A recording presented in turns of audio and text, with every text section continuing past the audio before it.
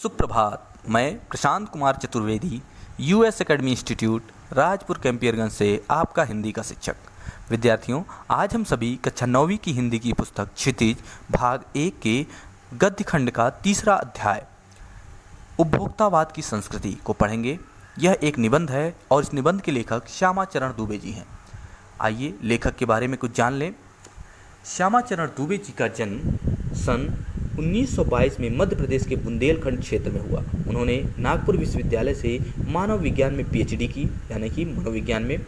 वे भारत के अग्रणी समाज वैज्ञानिक रहे हैं। उनका देहांत सन 1996 में हुआ। मानव और संस्कृति, परंपरा और इतिहास बोध, संस्कृति तथा शिक्षा, समाज और भविष्य, भारतीय ग्राम्य, संक्रमण की पीड़ा, विकास का समाजशास्त्र, समय और संस्कृति हिंदी में उनकी प्रमुख पुस्तकें हैं। प्रोफेसर दुबे ने विभिन्न विश्वविद्यालयों में अध्यापन किया तथा अनेक संस्थाओं में प्रमुख पदों पर रहे। जीवन, समाज और संस्कृति के ज्वलंत विषयों पर उनके विश्लेषण एवं स्थापनाएं उल्लेखनीय हैं। भारत की जनजातियों और ग्रामीण समुदायों पर केंद्रित उनके लेखों ने बृहद समुदाय का ध्यान आकर्षित किया है। वे जटिल विचारों को तार्किक विश्लेषण के साथ सहज भाषा में प्रस्तुत करते हैं। आइए इस निबंध के विषय में जान लें। यह निबंध किस विषय से है, किस पर है। देखिए, उपभोक्तावाद की जहाँ तक बात की जा रही है, उपभोक्तावाद का तात्पर्य ऐसा है कि उपभोग की वस्तुओं को ही लक्ष्य मानकर चलने वालों के लोगों के बारे में बात की गई है। और ऐसे लोगों की संस्कृति का प्रचार प्रसार किस प्रकार हो रहा है, उसी के विषय में लेखक ने यह निबंध लिखा है। उपभोक्तावाद की संस्कृति निबंध बाजार की गिरफ्त में आ रहे समाज की वास्तविकता को प्रकट करता है। बाजार की गिरफ्त में आ रहे, ठीक है, ये जो हमारा समाज है अब बाजार की गिरफ्त में आ रहा है, बाजार की पकड़ में आ रहा है और बाजार के पीछे ही भाग रहा है, उपभोग की वस्तुओं के पीछे ही भाग रहा है और उसी को ध्येय बनाकर, अपने जीवन का लक्ष्य बनाकर आगे बढ़ रहा है। लेखक ने इसी को केंद्र बनाकर के यह अध्याय लिखा है, यह लेख लिखा है, निबंध लिखा है। लेखक का मानना है कि हम विज्ञापन की चमक दमक के कारण वस्तुओं के पीछे भाग रहे हैं। हमारी निगाह गुणवत्ता पर नहीं है। संपन्न और अभिजन वर्ग द्वारा प्रदर्शनपूर्ण जीवन शैली अपनाई जा रही है, जिसे सामान्य जन भी ललचाई निगाहों से देख रहे हैं। देखिए, लेखक कहता है कि हम विज्ञापन की चमक दमक के कारण वस्तुओं के पीछे भाग रहे हैं। क्या कर रहे हैं? वस्तुओं जो हमें विज्ञापन के द्वारा जो हमें हमारी आंखों के सामने प्रस्तुत किए जाते हैं, हमारे सामने प्रस्तुत किए जाते हैं, हम उन्हीं के पीछे भाग रहे हैं। हम उनकी गुणवत्ता पर ध्यान नहीं देते, हम उनकी आवश्यकताओं पर ध्यान नहीं देते। हमें उनकी आवश्यकता है या नहीं, लेकिन विज्ञापन को देखने के बाद हमें उसकी आवश्यकता, उसकी तलब हमें बढ़ जाती है, उसकी ज़रूरत हमें बढ़ जाती है, ठीक है, हमें महसूस होने लगती है। हम उसके पीछे भागने लगते हैं, हम उसे प्राप्त करने की इच्छा रखने लगते हैं। संपन्न और अभिजन वर्ग का प्रदर्शनपूर्ण जीवन शैली के द्वारा प्रदर्शनपूर्ण जीवन शैली अपनाई जा रही है। संपन्न यानी कि प्रतिष्ठित व्यक्ति, जो संपन्न व्यक्ति हैं, जो धन से, अर्थ से पूरी तरह से संपन्न है, किसी भी तरह का अभाव नहीं है उनके जीवन में। और विशेष वर्ग जो प्रदर्शनपूर्ण जीवन शैली उनके द्वारा जो अपनाई जा रही है, उनके द्वारा जो दिखावा किया जा रहा है, जो लोग हर तरफ से संपन्न है, उसको वह जिस प्रकार का दिखावे बनावटी जीवन शैली जी रहे हैं, उसको देखने के बाद, ठीक है, प्रदर्शनपूर्ण जीवन शैली में जिस प्रकार जी रहे हैं, दिखावटी जीवन शैली जिस प्रकार से उन्होंने अपना रखा है, उसको देखने के बाद सामान्य जन भी उन्हें देखने के बाद ललचाही निगाहों से और उनका अनुकरण करने के लिए उनके पीछे पीछे भागती है, ठीक है, ललचाही निगाहों से देखती है, उनकी तरह बनना चाहती है, उनकी तरह उपभोग की वस्तुओं के पीछे का भोग करना चाहती है, उनकी तरह जीवन शैली को अपनाना चाहती है, ठीक है। यह सभ्यता के विकास की चिंताजनक बात है। यह सभ्यता के विकास की चिंताजनक बात है जिसे उपभोक्तावाद ने परोसा है। लेखक की यह बात महत्वपूर्ण है कि जैसे जैसे यह दिखावे की संस्कृति फैलेगी, समाज में अशांति और विषमता भी फैलेगी। यह बहुत ही कटु सत्य है कि जैसे जैसे उपभोक्तावाद इस समाज में, हमारे समाज में फैलता चला जाएगा, ठीक है, दिखावे की यह संस्कृति जैसे जैसे फैलती चली जाएगी, हमारे समाज में अशांति और विषमता भी बढ़ेगी। लोग एक दूसरे से द्वेष का भाव रखेंगे, एक दूसरे से के प्रति कटुता का भाव रखेंगे, प्रेम और सद्भाव खत्म होता नज़र आ रहा है, खत्म होता चला जाएगा, ठीक है। तो ये उपभोक्तावाद की संस्कृति मानव सभ्यता का नाश करने वाली है। तो आइए पढ़ते हैं उपभोक्तावाद की संस्कृति क्या है और लेखक ने इस पर किस प्रकार के विचार प्रस्तुत किए हैं। उपभोक्तावाद की संस्कृति। धीरे धीरे सब कुछ बदल रहा है, एक नई जीवन शैली अपना वर्चस्व स्थापित कर रही है। उसके साथ आ रहा है एक नया जीवन दर्शन, उपभोक्तावाद का दर्शन। उत्पाद बढ़ाने पर जोर है चारों ओर, उत्पाद बढ़ाने पर जोर है चारों ओर। यह उत्पादन आपके लिए है, आपके भोग के लिए है, आपके सुख के लिए है। सुख की व्याख्या ही बदल गई है, सुख की व्याख्या ही बदल गई है। उपभोग भोग ही सुख है। एक सूक्ष्म बदलाव आया है नई स्थिति में। उत्पाद तो आपके लिए है, पर आप यह भूल जाते हैं कि जाने अनजाने आज के माहौल में आपका चरित्र भी बदल रहा है और आप उत्पाद को समर्पित होते जा रहे हैं। आप उत्पाद को समर्पित होते जा रहे हैं। लेकिन लेखक इसमें कहता है कि लोगों के जीवन शैली में बदलाव आया है, रहन सहन में बदलाव आया है, उनके जीवन जीने के तरीके में बदलाव आया है।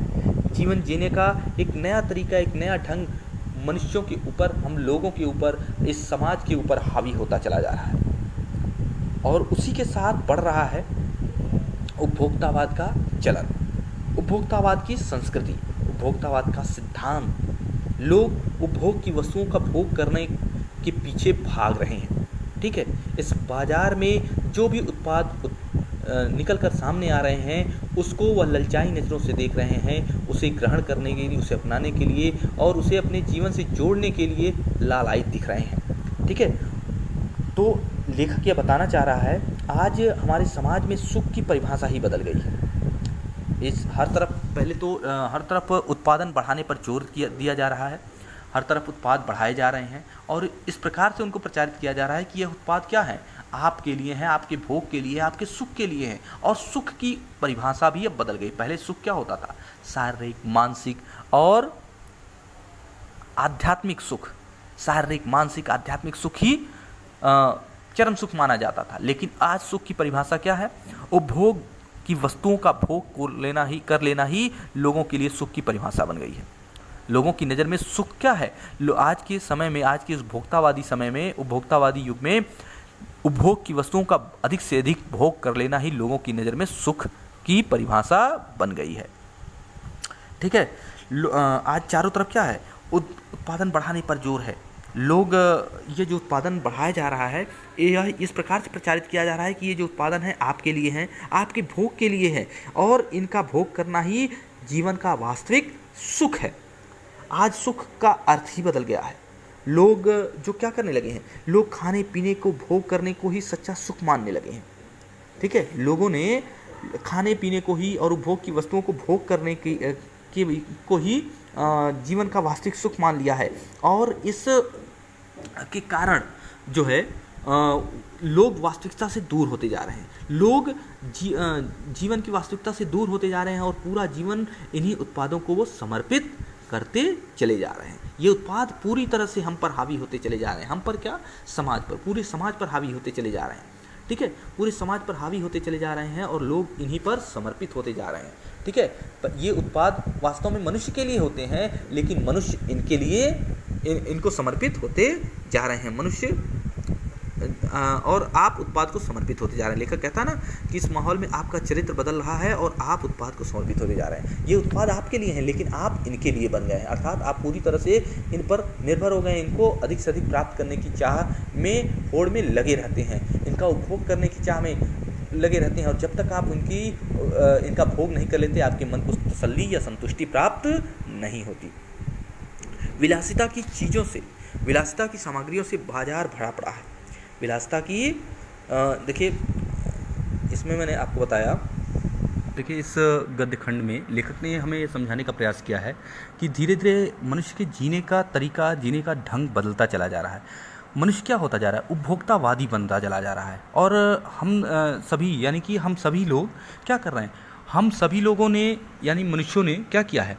उपभोग की वस्तुओं का भोग करना ही सुख मान लिया है। जिनके पास वो भोग के सबसे ज़्यादा साधन है, वह सबसे सुखी माना जा रहा है, सबसे उसका जीवन सबसे उत्कृष्ट माना जा रहा है, बेहतर माना जा रहा है। पहले सुख कुछ और था, पहले सुख की परिभाषा कुछ और थी। पहले जो है मानसिक सुख, शारीरिक सुख और आध्यात्मिक सभी प्रकार के सुख माने जाते थे। ये सभी प्रकार के सुख माने जाते थे। और इस प्रकार से किसी भी प्रकार से सुखी रहने वाला व्यक्ति सुखी कहलाता था। परंतु आजकल क्या है, सुख की परिभाषा बदल गई है। आजकल उपभोग की वस्तुओं का भोग करना ही सुख हो गया है। ठीक है, आजकल लोगों की नज़र में उपभोग के साधनों का भोगना ही क्या है, सुख हो गया है। जैसे जिसके पास ज़्यादा भौतिक साधन है, जैसे चाहे वह किसी भी प्रकार को शारीरिक सुख देने वाले हों, किसी भी प्रकार का शारीरिक सुख देने वाले हों, जैसे कि बड़े मकान हो, एसी हैं, गाड़ियां हैं, या फिर महंगे महंगे प्रोडक्ट हैं, बाज़ार में उपलब्ध तमाम वस्तुएं हैं जिनका वह भोग करता है। ठीक है, खाने पीने से लेकर के वह सुख और ऐश्वर्य का जीवन व्यतीत करता है, उसे लोग सुखी मानने लगे हैं। लेकिन पहले क्या होता था, शारीरिक रूप से या मानसिक रूप से या आध्यात्मिक रूप से अगर वह स्वस्थ है, ठीक है, संतुष्ट है, तो उसे सुखी माना जाता था। ठीक ना। और आजकल के जो है लोग उत्पादों को समर्पित होते जा रहे हैं।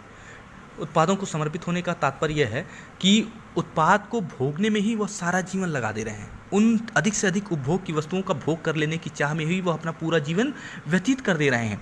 इन सारे भौतिक संसाधनों को जुटाने में ही, उनको प्राप्त करने में ही वह सारा जीवन अपना लगा दे रहे हैं। ठीक है, तो मनुष्य के व्यवहार में, मनुष्य के चरित्र में परिवर्तन आ गया है। ठीक है, मनुष्य के चरित्र में परिवर्तन आ गया है। वह क्या करने लगा है, मनुष्य जो है उत्पादों को नहीं भोग रहा है, बल्कि क्या कर रहा है, जो है मनुष्य उत्पादों का भोग नहीं करता, बल्कि क्या करता है, उन उत्पादों, वो उत्पाद क्या करते हैं, उसके जीवन का भोग करने लगे हैं। वे उत्पाद उसके जीवन का भोग करने लगे, अर्थात मनुष्य क्या है, पूरी तरह से इन उत्पादों का गुलाम हो गया है, उसके पीछे भाग रहा है। ठीक है, उनको प्राप्त करने का प्रयास कर रहा है, उन्हें ही सर्वस्व मानने लगा, उन्हें ही सब कुछ मानने लगा है। ठीक है, सर्वस्व मानने लगा है, और जो है उसे ही प्राप्त करने के लिए अपना पूरा जीवन लगा दे रहा है। ठीक ना।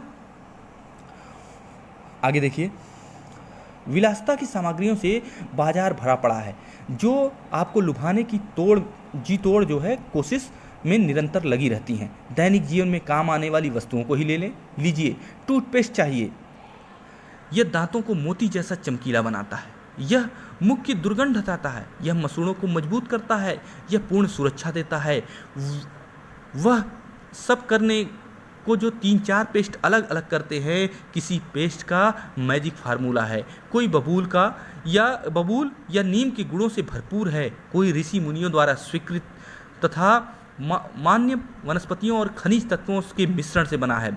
जो चाहे चुन लीजिए। यदि पेस्ट अच्छा है तो ब्रश भी अच्छा चाहिए, यदि पेस्ट अच्छा है तो ब्रश भी अच्छा होना चाहिए। आकार, रंग, बनावट, पहुँच तथा सफाई की क्षमता में अलग अलग, एक से बढ़कर एक। मुख की दुर्गंध से बचने के लिए माउथ वॉश भी चाहिए। सूची और भी लंबी हो सकती है, पर इतनी चीज़ों का बिल काफ़ी बड़ा हो जाएगा, क्योंकि आप शायद बहुविज्ञापित और कीमती ब्रांड खरीदना ही पसंद करें। सौंदर्य प्रसाधनों की भीड़, पहले यहाँ तक देख लेते हैं, उसके बाद हम बात करते हैं। लेखक कहता है कि ये जो हमारे धीरे धीरे आप देखते होंगे, पूरी तरह से जो मनुष्य इन उपभोग की वस्तुओं के पीछे भागता है, तो हमारे समाज में किस प्रकार से ये वस्तुएं आपको लुभाती हैं। आप टूथब्रश, दैनिक जीवन में काम आने वाली चीज़ों को ही ले लीजिए। लेखक इस पैराग्राफ में, इस खंड में उसने कहा है कि दैनिक जीवन में काम आने वाली चीज़ों को ही लीजिए, टूथपेस्ट को ही ले लीजिए। तो आप देखते होंगे टीवी पर या अखबारों में या विज्ञापित जहाँ होते हैं, ये इनके बारे में जहाँ विज्ञापन छपते हैं या फिर दिखते हैं, या तो आप तो सड़कों के किनारे बड़े बड़े होल्डिंग्स और बैनर्स में भी इन चीज़ों की प्रचार आप देख सकते हैं, विज्ञापन देख सकते हैं। वे किस प्रकार से आपको अपनी तरफ आकर्षित करने का प्रयास करते हैं। कोई कहता है कि हमारे टूथपेस्ट से आपके दांत जो है मोती जैसे चमकीले बन जाते हैं। ठीक है, और इनको विज्ञापित करने के लिए एक से एक सिने स्टार्स, बड़े बड़े कलाकार आपको उन विज्ञापनों में नज़र आते हैं, जिनको आप अपना आदर्श के रूप में, एक आइडियल के रूप में मानते हैं। ठीक है, और उनके द्वारा विज्ञापित चीज़ों को आप खरीदने के लिए लालायित होते हैं, क्योंकि वो आपके एक आप उनको अपना एक, वो सिने स्टार्स हैं, वो आपके लिए आपके चहेते हैं, तो आप उनके द्वारा विज्ञापित चीज़ों को खरीदने के लिए लालायित होते हैं, उनके पीछे भागने लगते हैं। आपकी नज़र में पूरी तरह से वही वस्तु आपके लिए सर्वश्रेष्ठ हो जाती है। ठीक है, तो यह दांतों को मोती जैसा चमकीला बनाता है। यह मुख की दुर्गंध हटाता है। कोई टूथपेस्ट कहता है ये हमारा टूथपेस्ट जो है मोती जैसे आपके दांतों को मोती जैसा बना देगा। कोई कहता है हमारा दुर्गंध हटा देगा, आपके मसूड़ों को मजबूत करेगा। ठीक है, आप टीवी पर देखते होंगे विभिन्न तरह के प्रचार देते हैं। कोई दांतों से हवाई जहाज़ तक खींच लेता है, कोई ऋषि मुनियों के द्वारा प्राप्त की योग साधना से प्राप्त की गई जड़ी बूटियों का कमाल है किसी टूथपेस्ट में, उसका फार्मूला है। तो अलग अलग तरीके से ये विज्ञापित करके आपको भ्रमित करने का प्रयास करते हैं और आप उन चीज़ों को, ठीक है, खरीदने के लिए लालायित होते हैं। उनको प्राप्त करने की इच्छा आपकी प्रबल हो जाती है। अब टूथपेस्ट अच्छा है तो ब्रश भी अच्छा चाहिए। ठीक है, टूथपेस्ट का प्रचार आपने बहुत से देखा होगा। कई ऐसे कहते हैं हमारे अखरोट तोड़ देता है, कोई लोहे की पाइप तक काट देता है, इतने तगड़े इतने मजबूती आ जाती है दांतों में उनके टूथपेस्ट से। ठीक है, तो अलग अलग तरीके से ऐसे बेढंगे ऊल जुलूल प्रचार करके, विज्ञापन करके वह आपको भ्रमित करने का प्रयास करते हैं और लोग भ्रम में आ भी जाते हैं। टूथपेस्ट अगर अच्छा है तो टूथ ब्रश भी जो है आपका वो 30 ब्रश जो है ब्रश भी आपका अच्छा चाहिए। तो उसके लिए अब उसके भी तरह तरह के कोई फ्लेक्सिबल होता है, किसी की का हत्था फ्लेक्सिबल होता है, तो कोई जिग जैग प्रारूप का होता है, यानी कि कोई टेढ़े मेढ़े आकार का होता है, जो दांतों की बनावट के आकार का होता है, दांतों के बीच की सफाई करता है। अलग अलग तरीके से वो विज्ञापित करके आपको भ्रमित करते हैं। ठीक है, अब मुंह से अगर दुर्गंध आ रही है, इन सबके बाद अगर मुंह से दुर्गंध आ रही है तो माउथ वाश भी चाहिए। अब तो नया फार्मूला आ गया है माउथ वाश। ब्रश करने के बाद आप पानी में उसे पानी के माध्यम से प्रयोग करके आप उसके गलाले करें, कुल्ले करें। ठीक है, तो ये अलग अलग चीज़ें आ जाती हैं। इस प्रकार से सूचियाँ बढ़ती चली जाती हैं और आपका बिल भी काफ़ी बढ़ता चला जाता है। ठीक है, और जैसे क्योंकि आप शायद बहुविज्ञापित या ब्रांडेड आइटम ही खरीदना चाहेंगे, ब्रांडेड वस्तुएं ही खरीदना चाहेंगे, जिसके लिए आपको ज़्यादा पैसे खर्चने पड़ेंगे। सौंदर्य प्रसाधनों की भीड़ तो चमत्कृत कर देने वाली है। हर माह उसमें नए नए उत्पाद जुड़ते जाते हैं। साबुन को ही देखिए, एक में हल्की खुशबू है तो दूसरे में तेज। एक दिन भर आपके शरीर को तरोताज़ा रखता है तो दूसरा पसीने रोकता है, तीसरा जर्म से आपकी रक्षा करता है। यह लीजिए सिने स्टार के सौंदर्य का रहस्य। आपका मनपसंद साबुन सच्चाई का अर्थ समझ लेना चाहते हैं, सच्चाई का अर्थ समझना चाहते हैं तो यह लीजिए। शरीर को पवित्र रखना चाहते हैं तो यह लीजिए शुद्ध गंगा जल से बनी साबुन। चमड़ी को नर्म रखने के लिए लीजिए, महंगी है पर आपके सौंदर्य में निखार ला देगी। ठीक है, अब देखिए साबुन जो आप शरीर पर नहाने के वक्त साबुन का प्रयोग करते हैं, उसके भी प्रचार भी अलग तरीके से प्रयोग किए जाते हैं। कोई सिनेस्टार प्रयोग करता है तो कोई साबुन होता है कम खुशबू वाला, तो कोई उससे तीव्र खुशबू वाला आ जाता है।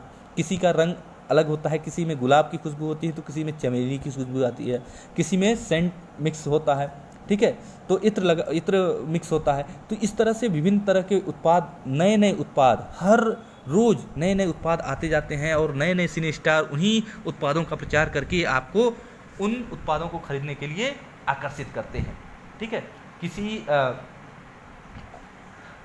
कोई उत्पाद ऐसा, उसमें उन्हीं उत्पादों में से कुछ ऐसा होगा जो आपके चर्चित सिने स्टार्स प्रयोग करते हैं, ऐसा दिखाया जाता है विज्ञापन। वास्तव में वो प्रयोग करते हैं या नहीं हम नहीं कह सकते, लेकिन ऐसा विज्ञापन में दिखाया जाता है, जिसको देखने के बाद लोग उसके पीछे अंधाधुंध दौड़ लगा देते हैं। ठीक है, उसको प्राप्त करने की इच्छा उनकी प्रबल हो जाती है। हर माह नए नए तरीके, भले ही वह उस उत्पाद की गुणवत्ता, उसमें गुणवत्ता है या नहीं है, इस पर ध्यान नहीं देते। बस वह उसके विज्ञापन को देख करके उसके पीछे उसे प्राप्त करने की इच्छा उनकी बढ़ जाती है।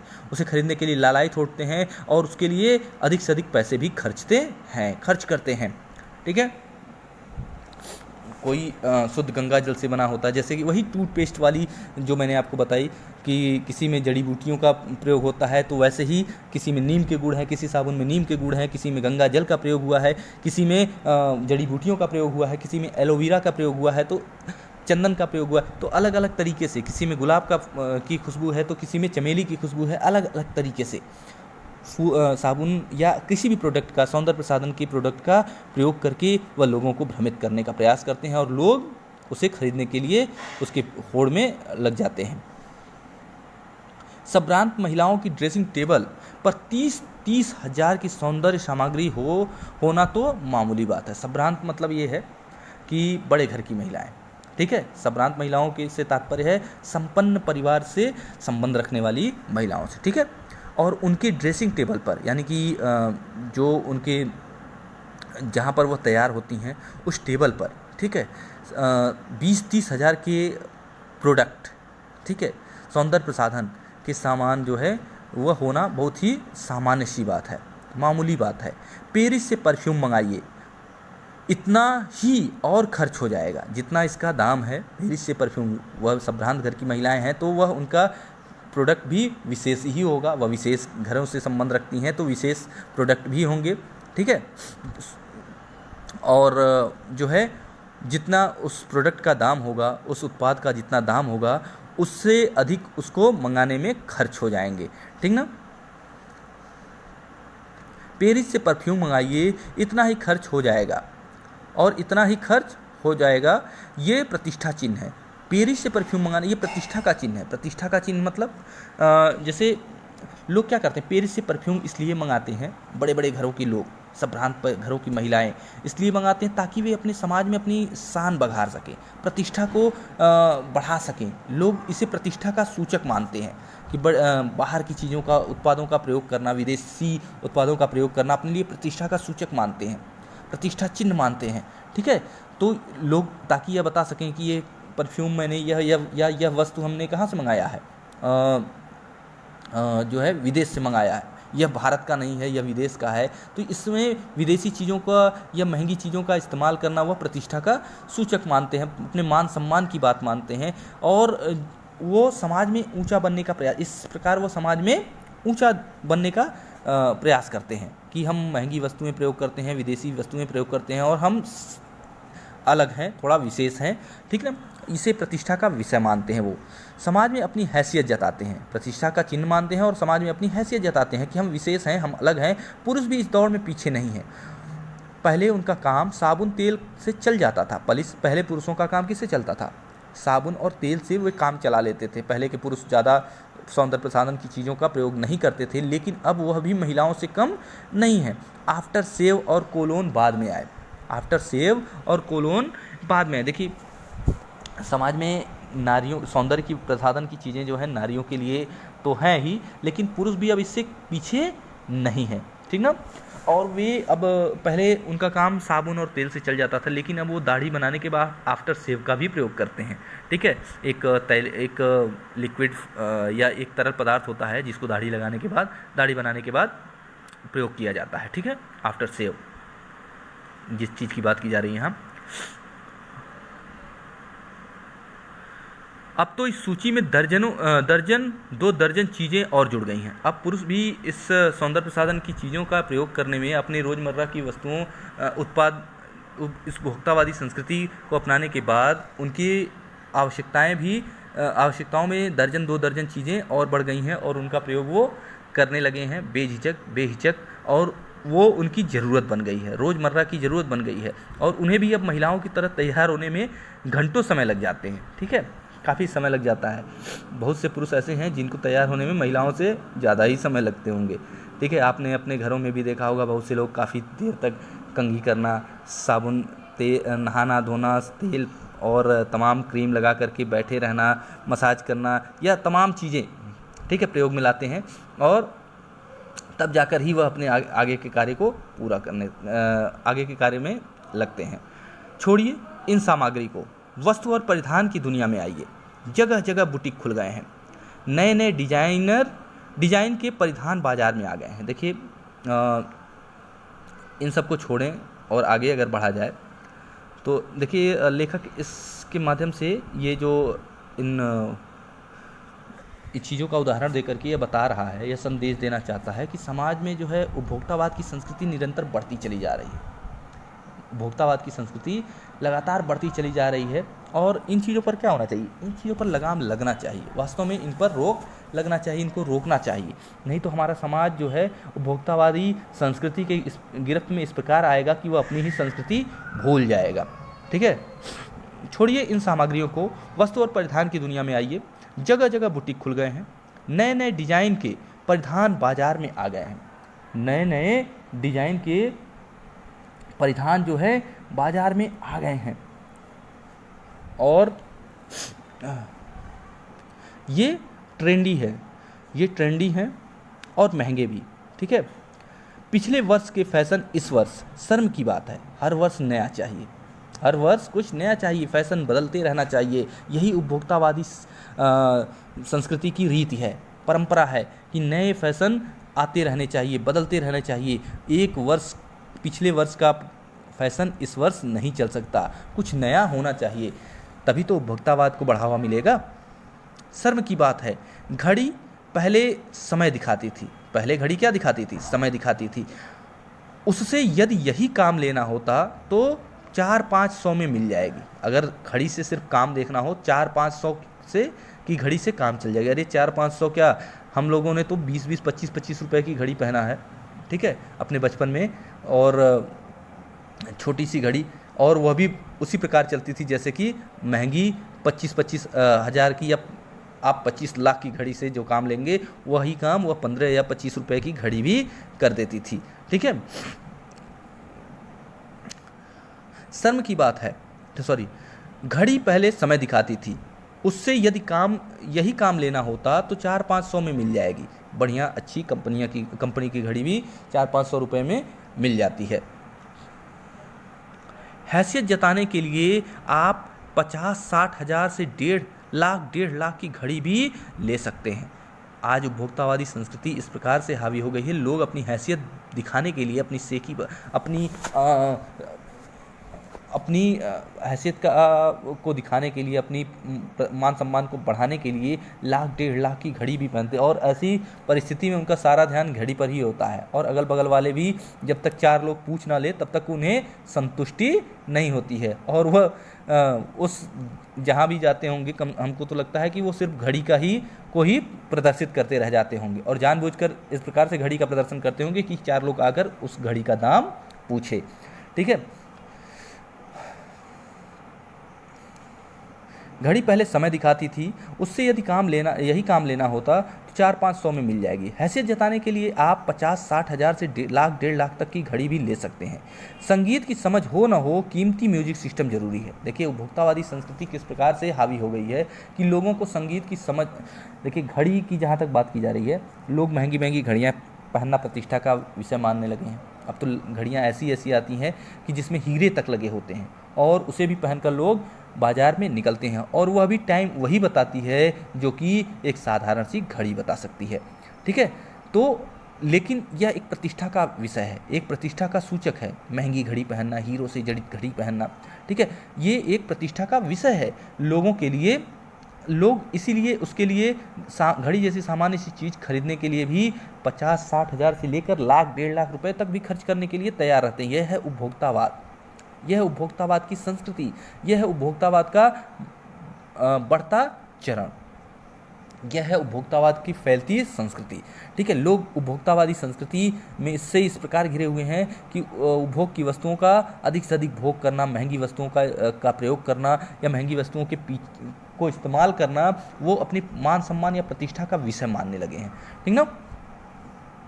अब देखिए, संगीत की समझ हो या न हो, नहीं, कीमती म्यूजिक सिस्टम जरूरी है। लोगों को संगीत का स भी आता हो या नहीं, सारे गामा प, संगीत के सातों सुर की समझ हो या न हो, लेकिन घर में कीमती म्यूजिक सिस्टम होने आवश्यक हैं। ठीक है, उन्हें यह भी कीमती म्यूजिक सिस्टम भी उनकी प्रतिष्ठा का विषय हो जाता है। लोग आपके घरों में आए और म्यूजिक सिस्टम विशेष हो, किसी अच्छी कंपनी का हो, वो आप उससे संगीत सुनाए, आप उससे संगीत सुनते हो या ना सुनते हो, लेकिन जो कोई भी आपके घर में आए वह आपके म्यूजिक सिस्टम को देखने के बाद उसके मुंह से यह वाह जैसा शब्द निकलना चाहिए। ठीक है, वाह जैसा शब्द निकलना चाहिए, वह आपके म्यूजिक सिस्टम की बड़ाई करे। यह भी उसके दूसरों के मुख से अपने म्यूजिक सिस्टम की बड़ाई सुनना भी आपके लिए प्रतिष्ठा का विषय है। इसलिए महंगे से महंगे लोग म्यूजिक सिस्टम अपने घरों में प्रयोग करते हैं। कोई बात नहीं यदि आप ठीक तरह चला भी न सके। कंप्यूटर काम के लिए तो खरीदे ही जाते हैं, महज दिखावे के लिए भी उन्हें खरीदने वालों की संख्या कम नहीं है। कंप्यूटर का प्रयोग क्या है? अपने वर्क के लिए, लोग अपने कार्य के लिए कंप्यूटर, जिससे अपना काम आसान हो सके। लेकिन महज दिखावे के लिए, प्रतिष्ठा का विषय मान करके, अरे मैंने अपने बेटे को कंप्यूटर खरीद दिया, वह कंप्यूटर वह बच्चा क्या कर रहा है, उससे पढ़ाई कर रहा है या नहीं, उसके लिए आवश्यक है या नहीं, कहीं ऐसा तो नहीं वह उस पर सिर्फ खेल ही रहा है, गेम ही खेल रहा है। तो इस बात पर ध्यान नहीं जाता लोगों का। लेकिन मैंने अपने पुत्र के लिए, अपने पुत्री के लिए या अपने परिवार के किसी सदस्य के लिए कंप्यूटर खरीदा, यह कहना लोगों के लिए एक प्रतिष्ठा का विषय बन जाता है। लैपटॉप खरीद दिया, कंप्यूटर खरीद दिया, ठीक है। खैर आजकल बहुत ही आवश्यक हो गया है लैपटॉप और कंप्यूटर, और बच्चे भी इस चीज़ को समझते हैं, उसका सही से इस्तेमाल करने का प्रयोग करने की आवश्यकता है, और लोग करते भी हैं। कुछ ही लोग ऐसे हैं जो उसे सही तरीके से इस्तेमाल नहीं करते। सही तरीके का मतलब है उसका उचित जगह पर इस्तेमाल नहीं करते, उसे सिर्फ अपने मनोरंजन का साधन समझते हैं, ठीक है। खाने के लिए 5 सितारा होटल चाहिए, खाने के लिए 5 सितारा होटल चाहिए। किसी आम जन पर बैठना, अपनी प्रतिष्ठा को दांव पर लगाना है। तो खाने के लिए भी अब होटलों की कैटेगरियाँ बन गई हैं। होटलों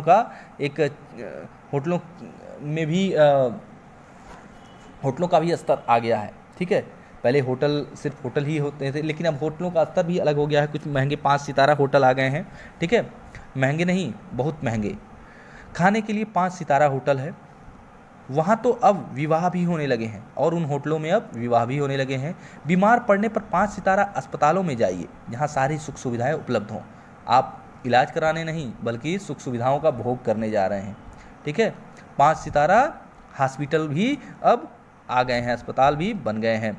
सुख सुविधाओं और अच्छे इलाज के अतिरिक्त यह अनुभव काफ़ी समय तक चर्चा का विषय भी रहेगा। लोग इसे चर्चा का विषय भी मानेंगे। अरे इतने बड़े जो है अस्पताल में आप गए थे इलाज कराने, लोग यह भी बताते हैं घूम कर इलाज अच्छे से हुआ या नहीं हुआ, आप ठीक हुए या नहीं हुए, लेकिन 4 लोगों के बीच में बड़े अस्पताल का नाम लेना कि इस जगह पर मेरा इलाज चल रहा है, या इस जगह पर मैं इलाज करा के आया हूँ, लोग इसे प्रतिष्ठा का विषय मानने लगे हैं, ठीक है।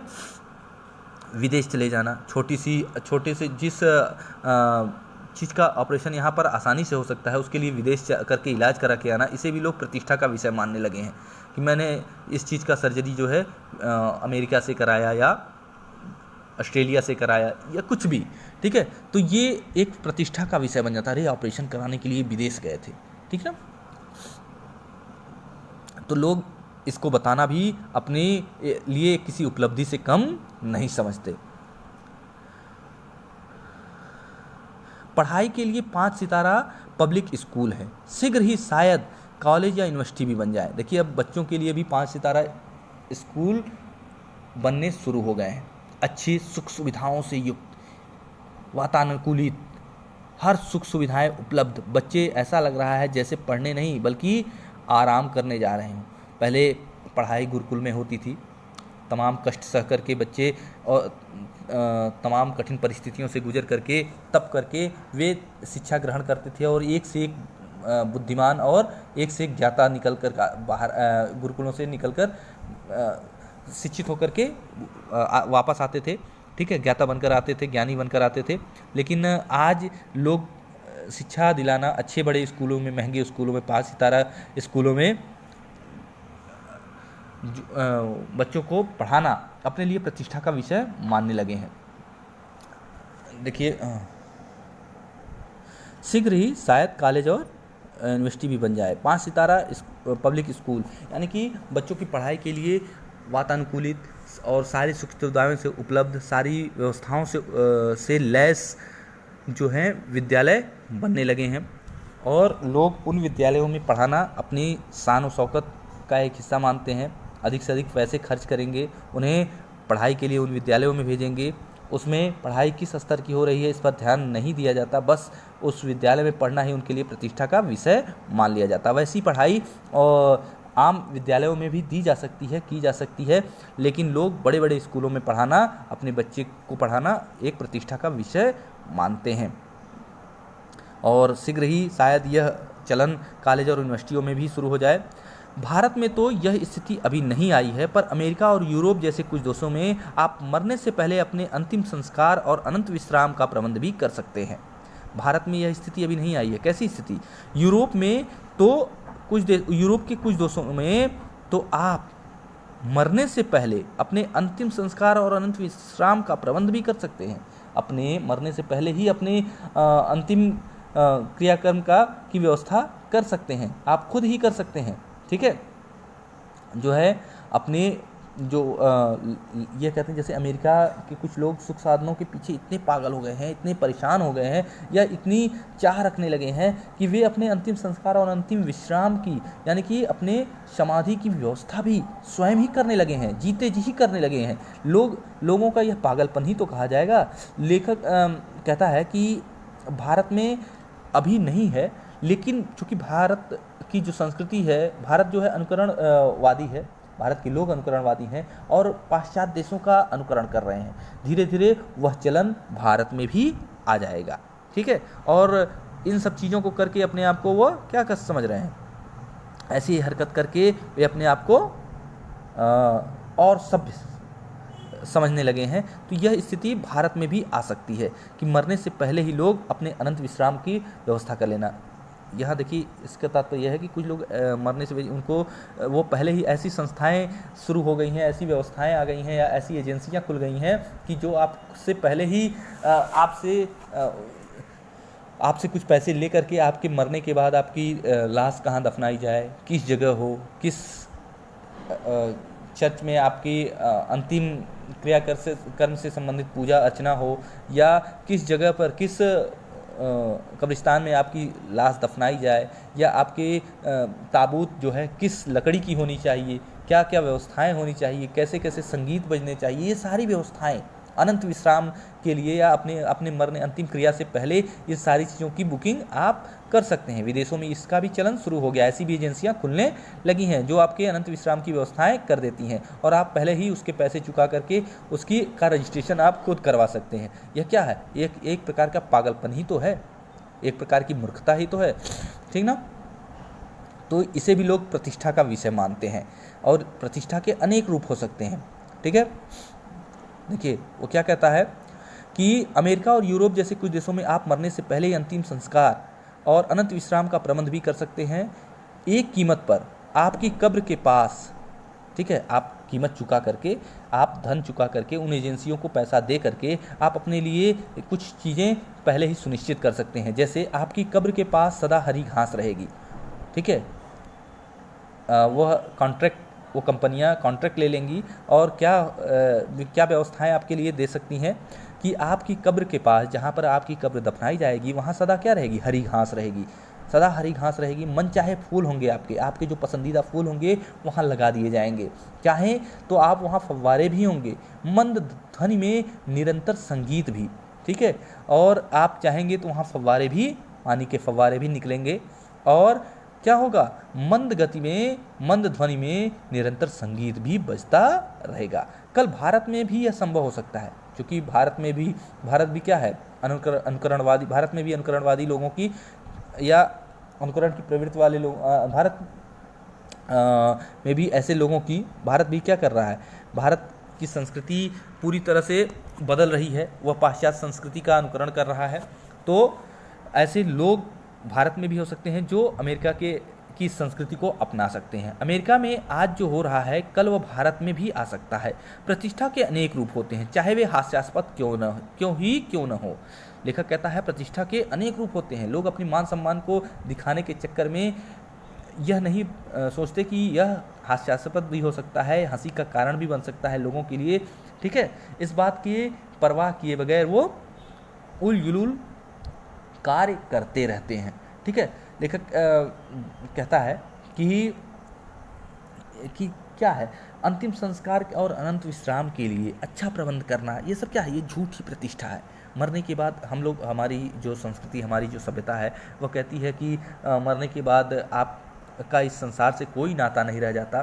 ठीक है, लेकिन आप सिर्फ और सिर्फ दिखावे के लिए, आप सिर्फ और सिर्फ अपने मान सम्मान को बनाए रखने के लिए, आप लोगों से इस बात की सूचना देने के लिए कि मैंने अपने अनंत विश्राम का प्रबंध पहले ही कर लिया है, ये चीज़ें होंगी मेरे मरने के बाद, ठीक है। तो ये अपने मान सम्मान का विषय मानने लगे हैं, तो ये एक प्रकार का पागलपन है, ठीक ना।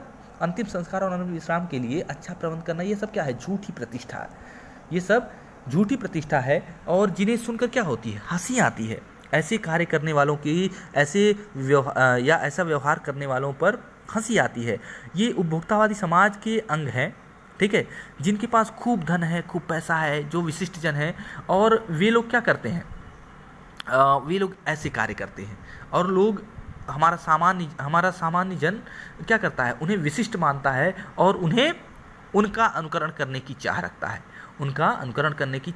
है। उन्हें लगता है कि वो सबसे सुखी हैं, वो सबसे संपन्न हैं, और वे ही जीवन का असली आनंद ले रहे हैं। इसीलिए वो उनके पीछे उनका अनुकरण करते करते अपने जीवन को तहस नहस कर लेता है, नाश कर बैठता है, ठीक है। विशिष्ट जन क्या करते हैं? विशिष्ट जन सामान्य जो है सुख वैभव को देखकर, विशिष्ट जन जिस प्रकार से जीवन जीते हैं, ठीक है, उनके सुख और वैभव को देखकर सामान्य जन भी उनका अनुकरण करने की सोचता है, उनके बारे में सोचता है, कि उनकी जीवन शैली के बारे में सोचता है, और वैसे ही जीवन शैली चाहता है, ठीक है, वैसे ही जीवन जीने की चाह रखता है, और इसीलिए वह उपभोक्तावादी संस्कृति की दौड़ में भागने लगता है, ठीक है, और उसकी ओर बढ़ने लगता है, और इसके लिए वो उसे कई बार कष्ट का सामना भी करना पड़ता है, अपनी आर्थिक क्षति भी करनी पड़ती है, लेकिन इनकी परवाह किए बगैर वह अपनी मान सम्मान को बनाए रखने में उपभोक्तावादी संस्कृति के पीछे का हिस्सा बनने के लिए उपभोग की वस्तुओं के पीछे भागना शुरू कर देता है। लेखक कहता है, यह एक छोटी सी झलक उपभोक्तावादी समाज की है। यह विशिष्ट जन का समाज है, पर सामान्य जन इसे ललचाई निगाहों से देखता है। उनकी दृष्टि में एक विज्ञापन की भाषा में यही है राइट चॉइस बेबी। वह उनको ऐसे क्रियाकलाप करने वाले उपभोक्तावादी सोच वाले उपभोक्तावादी सोच वाले सामान्य लोगों के नज़र में ऐसे विशिष्ट जन खास हैं, और उन्हीं के पीछे, या उन्हीं को वह ध्येय मान करके, उन्हीं की जीवन शैली को ध्येय मान करके वह अपने भी जीवन शैली को उन्हीं की तरह ऊंचा बनाने का प्रयास करने में जुट जाते हैं। अब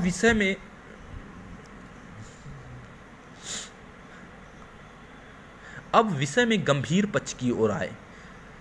इस उपभोक्तावादी संस्कृति का विकास भारत में क्यों हो रहा है? इस उपभोक्तावादी संस्कृति का विकास जो है भारत में क्यों हो रहा है? लेखक इस पर थोड़ा सा चर्चा करना चाहता है। सामंती संस्कृति जो है, देखिए सामंती संस्कृति से क्या तात्पर्य है?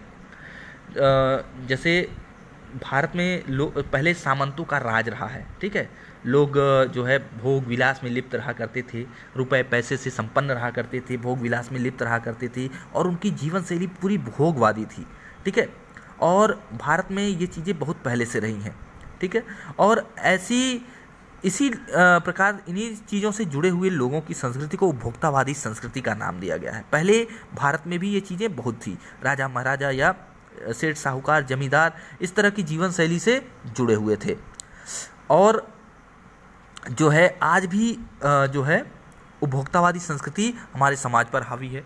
देखिए किस प्रकार, पहले इस पैराग्राफ को पढ़ लेते हैं। सामंती संस्कृति के तत्व भारत में पहले भी रहे हैं। उपभोक्तावाद इस संस्कृति से जुड़ा है। आज सामंत बदल गए हैं, सामंती संस्कृति का मुहावरा बदल गया है। आज सामंत बदल गए हैं और सामंती संस्कृति का मुहावरा भी बदल गया। सामंत बदल गए हैं मतलब क्या है? जो आज वह व्यक्ति नहीं है जो सामंत पहले थे, वह नहीं है। आज सामंतों का स्वरूप बदल गया है, वो व्यक्ति बदल गए हैं, लेकिन उनका जो भोगवादी जो स्वभाव था वह त्यों का त्यों बना हुआ है। जैसे पहले लोग भोग विलास में डूबे रहते थे, वैसे ही उपभोग की वस्तुओं का भोग करने वाले लोगों की कमी नहीं है। सामंत बदल गए हैं, लेकिन जो है ये जो सामंती संस्कृति है भोगवाद के रूप में आज भी जीवित है। लोग उपभोग की वस्तुओं को भोग करना ही अपना ध्येय मानने लगे हैं और इसी संस्कृति को उपभोक्तावादी संस्कृति के नाम से जाना जा रहा है। केवल शैली बदल गई है और तौर तरीके बदल गए हैं। ठीक है, केवल शैली बदल गई है और तौर तरीके बदल गए हैं। तौर तरीके क्या हो गए हैं? आधुनिक हो गए हैं। पहले प्राचीन थे, पहले अलग तरीके से लोगों का शोषण करके किया जाता था, आज भी शोषण किया जाता है, लेकिन लोग पहले दबे कुचले लोगों का शोषण करके अपने जीवन शैली को उच्च स्तर बनाते थे। सेठ साहूकार, जमींदार, राजा महाराजा गरीबों पर अन्याय करके भी अपने जीवन को, सामंती जीवन शैली को में अपने जीवन को जीते थे। लेकिन आज जो है परिस्थितियाँ अलग हैं। आज लोग स्वयं ही अपना शोषण करवाने के लिए, उपभोक्तावादी संस्कृति के पीछे भाग करके अपना शोषण करवाने के लिए तैयार रहते हैं।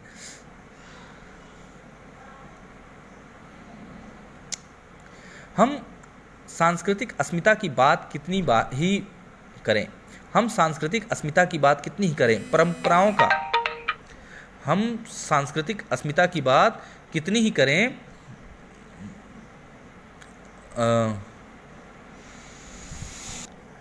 लेखक कहता है कि हम सांस्कृतिक अस्मिता की बात कितनी ही करें, परंपराओं का अवमूल्यन हुआ है, आस्थाओं का क्षरण हुआ है।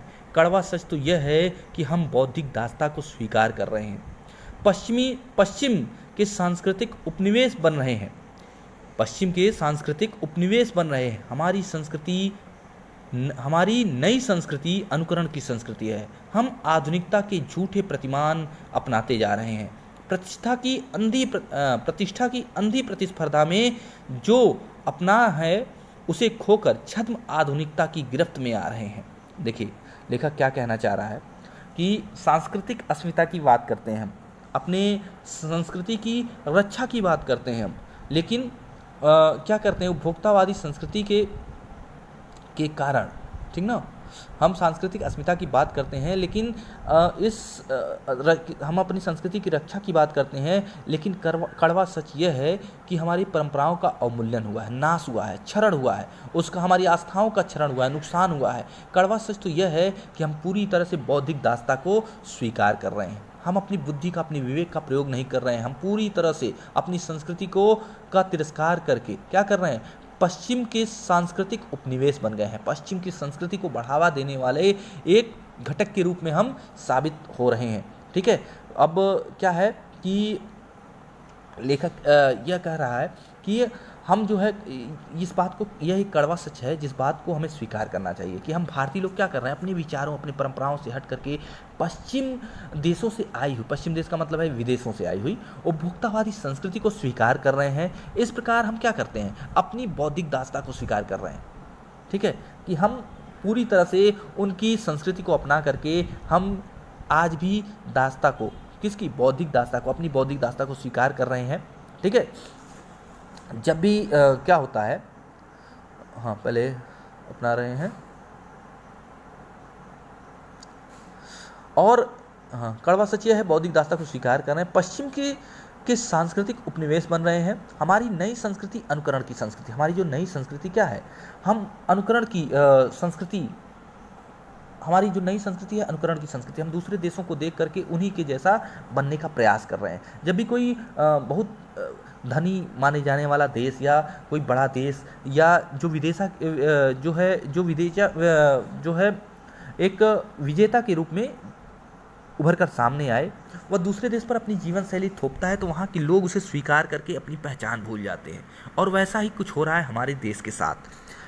हम विदेशों की संस्कृति, हम जो है सांस्कृतिक उपनिवेश, और जब इस प्रकार से अपनी पहचान भूल करके वह उस देश की संस्कृति को का बढ़ावा करने लगता है, उस देश की संस्कृति को अपनाने लगता है, तो इसे ही कहते हैं सांस्कृतिक उपनिवेश। ठीक है, और इस प्रकार से हमारे जो है हम अपने ही देश में देख लें, हम अपनी संस्कृति को भूल करके विदेशों की संस्कृति को अपना रहे हैं, तो हम क्या हो गए, हम विदेशों की, हम पश्चिम देशों की सांस्कृतिक उपनिवेश के रूप में कार्य कर रहे हैं। ठीक ना, और फिर देखिए आगे क्या है कि प्रतिष्ठा की अंधी प्रतिस्पर्धा में जो अपना है उसे खोकर छद्म आधुनिकता की गिरफ्त में आ रहे हैं। बनावटी हम बौद्धिक दास्ता को स्वीकार कर रहे हैं और बनावटी जीवन शैली हम बौद्धिक दास्ता को स्वीकार कर रहे हैं और बनावटी जो है झूठे आधुनिकता के धोखे में पड़े हुए हैं कि हम पाश्चात्य देशों की तरह हम उनकी संस्कृति को अपना करके हम और आधुनिक बन गए हैं। तो ये हमारी बौद्धिक दास्ता ही है। हम दिखावे की हम झूठी संस्कृति को झूठी बातों को हम स्वीकार कर चुके हैं, या आप कह सकते हैं कि हम अपनी बुद्धि और अपने विवेक का कार्य नहीं ले रहे हैं। संस्कृति की नियंत्रण शक्तियों को क्षीण हो जाने के कारण हम दिग्भ्रमित हो रहे हैं। संस्कृति की नियंत्रक शक्तियों के क्षीण हो जाने के कारण हम दिग्भ्रमित हो रहे हैं। हमारा समाज अन्य निर्देशित होता जा रहा है। विज्ञापन और प्रसार के सूक्ष्म तंत्र हमारी मानसिकता बदल रहे हैं। उनमें सम्मोहन की शक्ति है, वशीकरण भी है। देखिए, लेखक कहता है कि जो है छद्म आधुनिकता से, यहाँ देखिए एक बार और मैं आपको बताना चाहूँगा, छद्म आधुनिकता से यहाँ आशय क्या है? आधुनिक होने का दिखावा करना। ठीक है, हम भारतीय जो है पश्चिमी देशों की जीवन शैली को अपना चुके हैं और अधिक से अधिक अपने आप को विकसित और आधुनिक मान चुके हैं। ठीक है, हमको लगता है कि हम भी आधुनिक हो गए हैं, आधुनिकता को स्वीकार कर लिया हमने और हम आधुनिक दिखना चाहते हैं, इसीलिए हम उनकी गिरफ्त में आ रहे हैं। हम पश्चिमी देशों की गिरफ्त में आ रहे हैं, उनकी संस्कृति की गिरफ्त में आ रहे हैं, अपनी संस्कृति को हम त्याग रहे हैं। ठीक है, और हमारी सांस्कृतिक नियंत्रण शक्तियाँ जो हैं कमज़ोर पड़ने लगी हैं, क्षीण होने लगी हैं। त्याग, प्रेम, बलिदान जो हमारी संस्कृति को नियंत्रण करती थी, ठीक है, समर्पण, ये शक्तियाँ जो है क्षीण होती जा रही है। उपभोक्तावादी संस्कृति ने इन सब मानवीय मूल्यों का क्षरण किया है। हमारे जो मानवीय मूल्य थे उनका उपभोक्तावादी संस्कृति के कारण इन मानवीय मूल्यों का क्षरण हुआ है, नाश हुआ है और हमारी संस्कृति की जो नियंत्रक शक्तियाँ थी वो कमज़ोर पड़ने लगी हैं। और हम क्या हो गए, हम पश्चिमी संस्कृति को अपनाएं या छोड़ें, इस बात को लेकर भी अभी हम पूरी तरह से अपने इस विचार को भी हम पूरी तरह सुनिश्चित नहीं कर पा रहे हैं। इस वजह से हम क्या है, दिग्भ्रमित हैं, हमें रास्ता नहीं दिख रहा है, हम निर्देशित होते जा रहे हैं, हम दूसरों के निर्देशों पर चल रहे हैं। ठीक है, आजकल जो है हमारी संस्कृति है वो अनुकरण की संस्कृति है और अपनी कम से कम हमें क्या कर हम अपनी संस्कृति को धीरे धीरे भूल रहे हैं। हम पाश्चात्य देश की संस्कृति पर विशेष ध्यान लगाते हैं, नज़र डालते हैं, उसको अपनाने का प्रयास करते हैं और अपनी संस्कृति को भूलते चले जा रहे हैं। ठीक ना, और विज्ञापन के प्रभाव में आकर हम जो उसमें सम्मोहन है उसकी तरफ खींचते चले जा रहे हैं और वास्तविकता को भूलते चले जा रहे हैं। ठीक है, विज्ञापन हम पर पूरी तरह से हावी हो गया है और हम उनको जो है हम उनको प्राप्त करने के लिए पूरी तरह से अपनी इस प्रकार से जुड़े हुए हैं, इस प्रकार से लगे हुए हैं कि हमें अपनी सांस्कृतिक नियंत्रक शक्तियों का भी ख्याल नहीं रहा है, हमें मानवीय मूल्यों का भी ख्याल नहीं रहा है, हमें अपने जो है अपनी संस्कृति के रख रखाव के बारे में भी चिंता नहीं रह गई है। और इसमें सम्मोहन शक्ति होती है, वशीकरण भी होता है, यह काफ़ी लोगों को आकर्षित करने की क्षमता रखता है, इसलिए लोग और भी इन पर ध्यान देते हैं। अंततः इस संस्कृति के फैलाव का परिणाम क्या होगा? अंततः इस संस्कृति के फैलाव का परिणाम क्या होगा? लेखक यह कह रहा है कि इस संस्कृति का अगर फैलाव हो गया तो क्या होगा, यह गंभीर चिंता का विषय है। हमारे सीमित संसाधनों का घोर अपव्यय हो रहा है। जीवन की गुणवत्ता आलू के चिप्स से नहीं सुधरती, जीवन की गुणवत्ता आलू के चिप्स से नहीं सुधरती, न बहुविज्ञापित शीतल पेयों से, भले ही वे अंतर्राष्ट्रीय हों। पिज्ज़ा और बर्गर कितने ही आधुनिक क्यों न हों, वे हैं कूड़ा खाद्य। ठीक है, लेखक कहता है पिज्ज़ा और बर्गर कितने ही आधुनिक हों, हैं वे कूड़ा खाद्य। समाज में वर्गों की दूरी बढ़ रही है, समाज में वर्गों की दूरी बढ़ रही है, सामाजिक सरोकार की कमी आ रही है, सामाजिक सरोकार की कमी आ रही है। जीवन स्तर का यह बढ़ता अंतर आक्रोश और अशांति को जन्म दे रहा है। ठीक है, लेखक कह रहा है आजकल चारों ओर पश्चिमी संस्कृति क्या हो रही है, फल फूल रही है, बढ़ रही है और उसका परिणाम बहुत बुरा हो रहा है। लोग उसके बारे में सोचकर मन में गहरी चिंता होती है। ठीक है। लेखक कहता है कि हमारी इस जीवन शैली के कारण जो है हमारे सीमित साधनों का ठीक ठाक तरीके से उपयोग नहीं हो पा रहा है, वे व्यर्थ हो जा रहे हैं, नष्ट हो जा रहे हैं। उनका हमने यह मान लिया है कि जो लोग आलू का चिप्स खाते हैं, पिज्ज़ा बर्गर खाते हैं, विज्ञापित जो है शीतल पेय का प्रयोग करते हैं, उनका जीवन स्तर ऊंचा है। हमारा यह मानना है कि जो लोग ऐसे आलू चिप्स खाते हैं या पिज्ज़ा बर्गर खाते हैं, और यह प्रतिष्ठा का विषय है, ये सब चीज़ें खाना, शीतल पेय को पीना, खड़े होकर रोड के किनारे शीतल पेय का प्रयोग करना, ठीक है, बड़ी बड़ी बोतलें लेकर के घर में जाना, या ऑनलाइन चीज़ें मंगा करके अपने घर में प्रयोग करना, ये सब एक प्रतिष्ठा का विषय बन गया है, ठीक है। परंतु यह गलत धारणा है लोगों का, कि यह गलत सोच है, चाहे पिज्ज़ा बर्गर आदि खाद्य कितने ही ऊंचे स्तर के क्यों ना हो। लेकिन वास्तव में क्या है ये, वो कहते हैं, लेखक कहता है कि ये विषय आखिर में ये सब क्या है, कूड़ा खाद्य है, ये अखाद्य वस्तुएं हैं, ये खाने योग्य सामग्री नहीं होती है, ठीक है। लेखक कहता है कि सामान्य वर्गों की दूरी बढ़ी जा रही है, सामाजिक सरोकार की कमी आई है, जीवन का यह अंतर आक्रोश और अशांति को जन्म दे रहा है। जैसे जैसे दिखावे की यह संस्कृति फैलेगी, समाज में अशांति भी बढ़ेगी। हमारी सांस्कृतिक अस्मिता का ह्रास तो हो ही रहा है। हम लक्ष्य भ्रम से भी पीड़ित हैं। अब देखिए, लेखक कहता है आज समाज की बहुत बड़ी चिंता यह है कि हमारे वर्गों के बीच में आपसी दूरियां बढ़ती चली जा रही हैं। व्यक्ति की सामाजिक संबंधों की घनिष्ठता कम हो रही है। लोगों में जो है आपसी जुड़ाव कम हो गया है, मेल मिलाप कम हो गया है। उच्च वर्ग और निम्न वर्ग में दूरियां बढ़ती चली जा रही हैं। उनके रहन सहन में इतना अधिक अंतर हो चुका है कि लोगों के मन में क्या हो रहा है, क्रोध और अशांति बढ़ गई है। लोग एक दूसरे से आक्रोशित नजर आते हैं, एक दूसरे से क्रोधित नजर आते हैं, ठीक है। वैचारिक वैमनस्यता बढ़ गई है। निम्न वर्ग के लोग उच्च वर्ग को शोषक मान करके उनके विरुद्ध संघर्ष करने को तैयार रहते हैं। यह बहुत बड़ी चिंता का विषय है, चिंता की बात है, ठीक है। और देखिए, इस उपभोक्तावादी संस्कृति का फैलाव का कारण क्या है, ठीक है। इसका फैलाव का कारण क्या है, भोगवाद के कारण। ये जो है उपभोक्तावाद जो है भोगवाद के कारण हमारे देश की सीमित संसाधन लगातार घट रहे हैं, उनका दुरुपयोग हो रहा है। इसके कारण क्या हो रहा है, सामाजिक संबंधों और जो हमारे सरोकार है, सामाजिक सरोकार, वो क्या हो गई है, उसमें अंतर आ गया है, ठीक है। और इस वजह से आपसी अशांति और मनमुटाव फैल रहा है, आक्रोश फैल रहा है। लोग जीवन की गुणवत्ता किस में देखने लगे हैं, आलू के चिप्स में देखने लगे हैं, बहुविज्ञापित शीतल पेयों में देखने लगे हैं, पिज्ज़ा बर्गर आदि में देखने लगे हैं। उनको लगता है ये सब खाना अपनी प्रतिष्ठा को बढ़ाना है। लेखक कहता है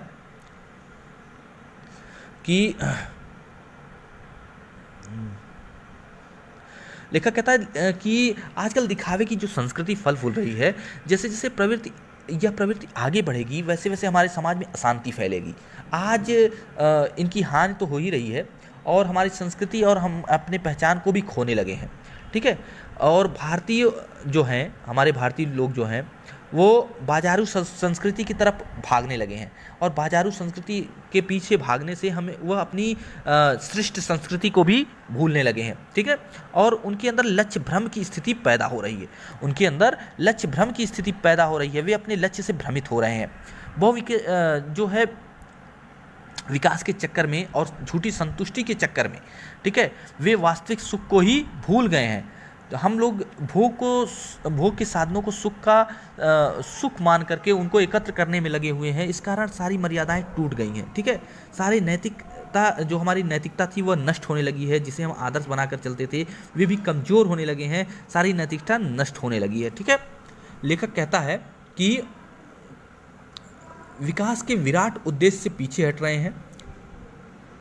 हम झूठी तुष्टि के कारण तात्कालिक लक्ष्यों के पीछा कर रहे हैं। हम झूठी संतुष्टि के कारण तात्कालिक लक्ष्यों का पीछा करें, मर्यादाएं टूट रही, नैतिक मानदंड ढीले पड़ रहे हैं, व्यक्ति केंद्रिकता बढ़ रही है। व्यक्ति केंद्रिकता मतलब व्यक्ति अपने ही सुख के बारे में केवल सोच रहा है, लोगों की चिंता नहीं कर रहा है। सर्वे भवन्ति सुखिनः की जो ये मानसिकता थी वह लोगों के अंदर से खत्म हो रही है। सिर्फ व्यक्तिगत व्यक्ति केंद्रित हो गई है। लोगों का जीवन केवल व्यक्ति केंद्रित हो गया है, आत्म केंद्रित हो गया है, अपने ही सुख के बारे में वे सोच रहे हैं। स्वार्थ परमार्थ पर हावी होता जा रहा है, सिर्फ स्वार्थ सिद्धि परमार्थ पर, यानी कि दूसरों के हित के बारे में जहाँ लोग सोचते थे वह भी अब वह संस्कृति भी धीरे धीरे खत्म हो रही है। ठीक है, उस पर स्वार्थ परमार्थ पर हावी होता जा रहा है। लोगों के अंदर से दूसरों पर त्याग, दया, बलिदान, ठीक है, दूसरों पर दया करने की या दूसरों के लिए के हित करने की जो प्रवृत्ति थी, जो भारत संस्कृति की पहचान थी, वह संस्कृति धीरे धीरे खत्म होती नजर आ रही है। इस उपभोक्तावादी संस्कृति के कारण जो है ये काफ़ी बड़ा नुकसान हो रहा है, हमारी संस्कृति का ह्रास हो रहा है। भोग की आकांक्षाएं आसमान छू रही हैं, किंतु किस बिंदु पर रुकेगी यह दौड़? लेखक कहता है किस बिंदु पर यह रुकेगी यह दौड़, इस बात को अभी कुछ कहा नहीं जा सकता। भोग की आकांक्षाएं आसमान छू रही हैं। जो भोग की आकांक्षा है, भोग की इच्छा है, लोगों की इच्छाएं खत्म नहीं हो रही हैं। गांधी जी ने कहा था कि हम स्वस्थ सांस्कृतिक प्रभावों के लिए अपने दरवाजे खिड़की खुले रखें, पर अपनी बुनियाद पर कायम रहें। उपभोक्तावादी संस्कृति हमारी सामाजिक नींव को हिला रही है, यह एक बड़ा खतरा है, भविष्य के लिए बड़ी चुनौती है। गांधी जी ने कहा था कि हम स्वस्थ सांस्कृतिक प्रभावों के लिए अपने दरवाजे खिड़की खुले रखें, अपनी बुनियाद पर कायम रहें। अपनी बुनियाद पर कायम रहने का मतलब है अपनी सांस्कृतिक अस्मिता का नाश न होने दें, अपनी संस्कृति को बचाए रखें, अपनी संस्कृति को खत्म न होने दें। ठीक है, अपनी संस्कृति का नाश न होने दें, अपनी संस्कृति का रख रखाव करें। हमें दूसरों की संस्कृति को अपनाना चाहिए, अपनी संस्कृति के साथ उसे जोड़ना चाहिए। गांधी जी ने कहा था हमें गांधी जी ने जो है इस उपभोक्तावादी संस्कृति को जो है कहा था कि हम स्वस्थ सांस्कृतिक प्रभावों के लिए अपने दरवाजे खिड़की खुले रखें, पर अपनी बुनियाद पर कायम रहें। हम अपनी संस्कृति को न छोड़ें, अपनी संस्कृति का रखरखाव भी करें। ठीक है, गांधी जी के इस वक्तव्य से हमें प्रेरणा मिलती है कि अन्य देशों की सांस्कृतिक प्रभावों को हम जरूर अपनाएं। ठीक है, अन्य देशों की अन्य देशों की संस्कृति को हम जरूर अपनाएं। ठीक है, उससे हमारी उन्नति होगी, उससे हमारा विकास होगा। ठीक है, हम अपनाएं, किंतु अपनी संस्कृति यानी कि अपनी मूल संस्कृति को न छोड़ें। अपनी जो मूल संस्कृति, हमारी जो वास्तविक संस्कृति है, उसको न छोड़ें, उसका त्याग न करें, अपनी संस्कृति का बचाव करें, अपनी संस्कृति का संवर्धन करें। ठीक है, और यही हमारी उन्नति का एकमेव यानी कि एक ही रास्ता यही है। ठीक है, एकमात्र मार्ग यही है कि हमारी उन्नति का, हमारी संवर्धन का एकमात्र मार्ग यही है कि हम दूसरों की संस्कृति को अपनाने के साथ साथ अपनी संस्कृति का संवर्धन करते रहें। ठीक है, दूसरों की संस्कृति की अच्छी चीज़ों को हम अपनाएं, अच्छे गुणों को अपनाएं, अच्छे विकास के संसाधनों को अपनाएं, परंतु अपनी संस्कृति का नाश होने से बचाएं। ठीक है, उपभोक्तावादी संस्कृति हमारी सामाजिक नींव को हिला रही है, यह एक बड़ा खतरा है, भविष्य के लिए यह एक बड़ी चुनौती है। वास्तव में यह उपभोक्तावादी संस्कृति हमारे भविष्य के लिए बहुत बड़ी चुनौती है, जिसे हमें होशियार रहना होगा, सावधान रहना होगा और अपनी संस्कृति का बचाव भी करना होगा। इस पाठ के जो प्रश्नोत्तर हैं, ये चीज़ें आपको असाइनमेंट के रूप में बता दी जाएंगी। धन्यवाद।